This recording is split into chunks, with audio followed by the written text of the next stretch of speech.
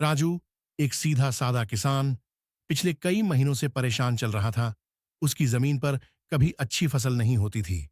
सूखा, बेमौसम बारिश, टिड्डी दल, सब ने मिलकर उसकी जिंदगी को नरक बना दिया था।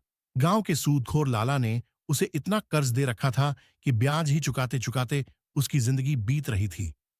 एक दिन जब वो गांव के पुराने पीपल के पेड़ के नीचे बैठा रो रहा था, तभी वहां एक अजनबी आया। काले कपड़े, गहरी आंखें और चेहरे पर रहस्यमयी मुस्कान। काफी परेशान दिख रहे हो किसान, अजनबी ने कहा। राजू ने कहा, कुछ नहीं साहब, अब तो बस भगवान ही मालिक है। अजनबी ने धीरे से मुस्कुराकर कहा, तो क्यों ना मैं बन जाऊं तुम्हारा भगवान। राजू चौंका। अजनबी ने जेब से एक मोटी रकम निकाली और बोला, मैं तुम्हारी जमीन खरीदना चाहता हूं।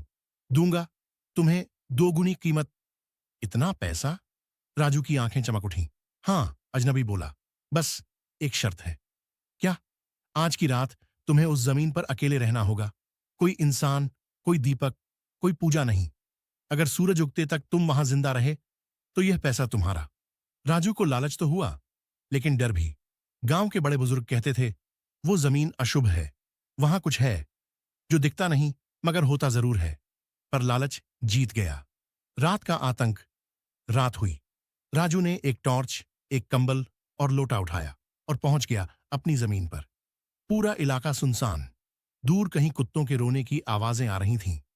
जैसे ही घड़ी ने 12 बजाए, अजीब चीजें होने लगीं। जमीन अपने आप कांपने लगी। पेड़ की टहनियां किसी अदृश्य ताकत से हिलने लगीं। और फिर ठंडी हवा में एक बदबू घुलने लगी, जैसे कोई सड़ी हुई लाश पास हो। राजू बेहोश हो गया। सुबह का धोखा। सुबह आंख खुली तो सूरज निकल चुका था। अजनबी सामने खड़ा था, लेकिन अब उसका चेहरा वैसा नहीं था। उसकी आंखें लाल थीं, दांत नुकीले और चेहरा किसी राक्षस की तरह। तुम जीवित तो हो, लेकिन अब यह जमीन मेरी है, और तुम भी। राजू कुछ समझता इससे पहले जमीन ने उसे खींचना शुरू कर दिया। उसकी चीखें खेतों में गूंजती रहीं, पर किसी ने न सुना। गांव वालों ने अगले दिन खेत में सिर्फ राजू की चप्पलें और एक चिट्ठी पाई।